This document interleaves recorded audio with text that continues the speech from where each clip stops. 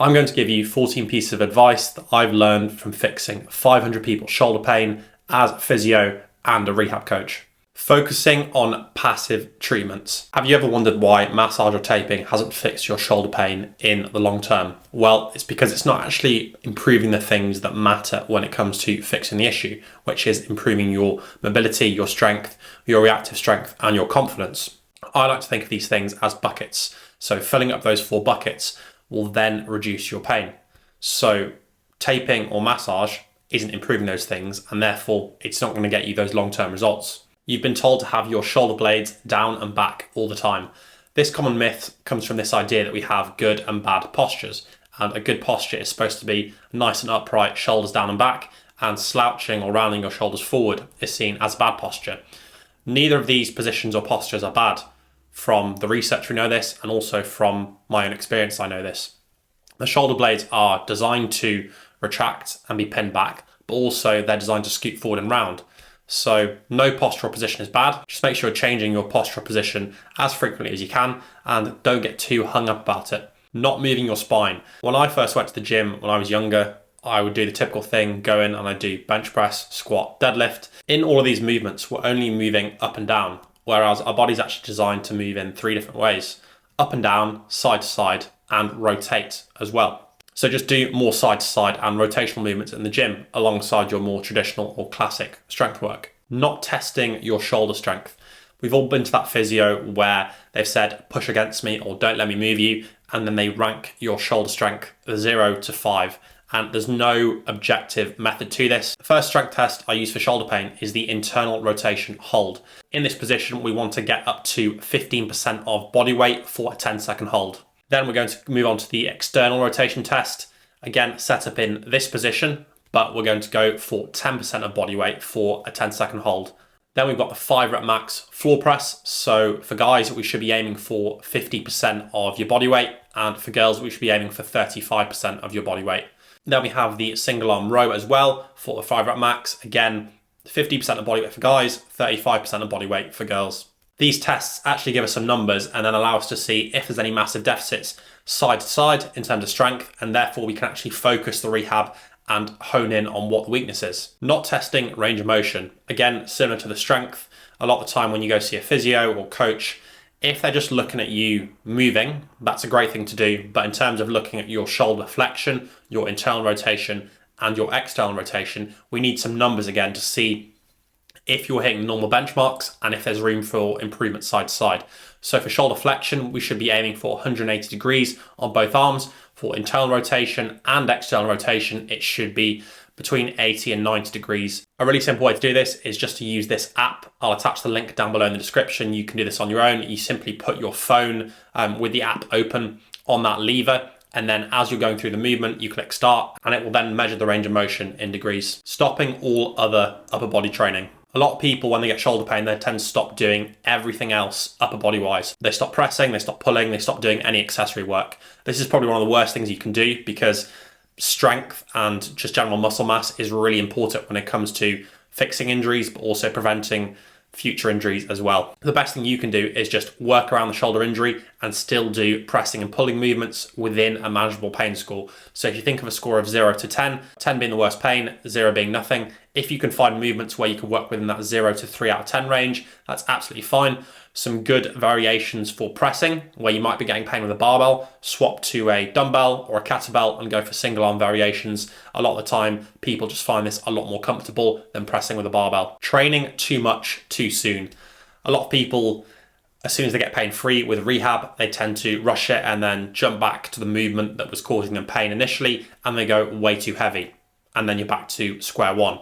So you need to gradually increase the volume and intensity of that painful movement. When you're pain-free, don't jump to doing 80 to 90% of a 1 rep max. Start at 40, 50% and then build up in no more than 5% increases in weight week to week. Poor sleep and nutrition. A load of people do all their exercises and then we see no noticeable improvement in mobility, strength, pain or confidence.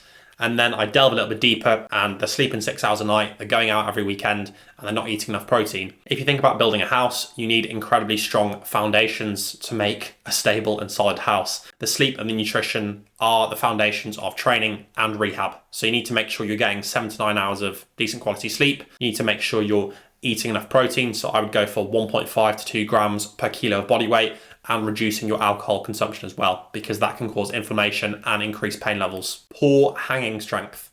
So I saw a powerlifter the other week, came in, we had a look at his strength. He had really, really strong pressing movements and pulling movements with a barbell, but then he couldn't do more than a 15-second hang on a bar. A lot of people have this deficit where they're really, really strong with a barbell, with dumbbells, like classic gym movements, but then body weight and more gymnastic type strength, they're really, really poor with. So it's important to build this up as well. A nice progression to achieve this is to start off with a double arm hang on a bar. If you can't do this within that manageable pain score again, then just stick a band under your legs to give you a bit of support. Then go to a single arm hang with a band for support. And you can go to a normal single arm hang. A good benchmark for this is a 15-second single arm hang. No plyometrics. Most people go into the gym and they just do their push, pull, shoulder accessories, maybe some triceps and biceps for upper body, and they forget that the shoulder is also designed to move explosively and as part of a whole unit, which is the body. So I'd go for a minimum of 2 plyometric sessions a week, throws, plyometric push-ups, med ball slams, things along those lines. Again, the golden rule, just keep your pain score within 0 to 3 out of 10. No isometrics. If you're struggling to even press a barbell without loads and loads of pain, isometrics can be a great way to bridge that gap between doing nothing and actually getting back to some active movements. Isometrics are just getting the muscles working without actually moving anything. So a great option for this, for shoulder pain, is the bottom-up kettlebell hold. You want to grab a kettlebell in a neutral grip, start off nice and light. So again, we can stay within that manageable pain score, 0 to 3. So something between 2 to 6 kilos, bottom-up position. And then you want to hold it in this position. So 90-degree bend at the elbow and 90 degrees at the shoulder. Go for 2 to 3 sets of 45 seconds. No breathing drills. This isn't some yoga or kind of voodoo concept. When we get shoulder pain, we tend to hold a lot of tension in our shoulders, our neck, and our traps. A good way to relieve some of this tension is some really simple breathing drills. So the best one for this is this tall kneeling breathing position. So set up as shown. Tall kneeling, pop your hands on your hips, and then I want you to think about that bodybuilding pose where you're flaring your lats slightly and you're rounding your shoulder blades forward. Now, I don't want you to like really squeeze your lats hard, but just get into a slightly rounded position where you're scooping the shoulder blades forward. Once you're in this position, we just want to be nice and tall with the spine, so we don't want to be sticking our chest up towards the ceiling or down towards the floor. We're just going to breathe in this position. So you're going to inhale through your nose, nice and slowly, and then exhale through your mouth. As you're breathing, I want you to think about filling up the back of your rib cage and pulling those shoulder blades apart. So as you get used to the movement, you'll feel you get more and more space between your shoulder blades and everything is rounding forward, and you'll see more and more of a curve through your mid and upper back and getting everything to relax, which will ultimately help your shoulder move and feel a lot better. 2 to 3 sets of anywhere from 5 to 10 breaths. No loaded mobility. You probably tried to stretch your painful shoulder before and you've just gone round and round in circles. Mobility, just like strength training, needs to be progressively overloaded with some weight. So instead of using bands for your mobility drills, you need to use either cables, kettlebells, or dumbbells. So something where we can actually week by week increase the weight we're using, and so the tissue then adapts to the load, and therefore we see long-term changes in mobility. More pain doesn't equal more damage. The scan on your shoulder injury doesn't tell the full picture. Imagine we've got 2 people.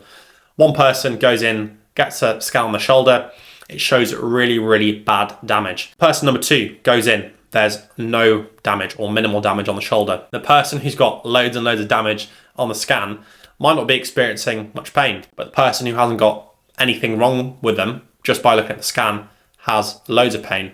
Pain is complex, and sleep, stress, relationships, previous injuries, previous training history can all affect pain. So again, take that scan with a pinch of salt. In most cases, your shoulder injury is probably fixable, and what you see on the scan doesn't necessarily mean that you're broken and you'll never be able to get back to training or competing or doing daily activities. If you enjoyed that video, YouTube will recommend another video for you somewhere up here. And if you're interested in what I offer with online rehab, just check out the links down below in the description.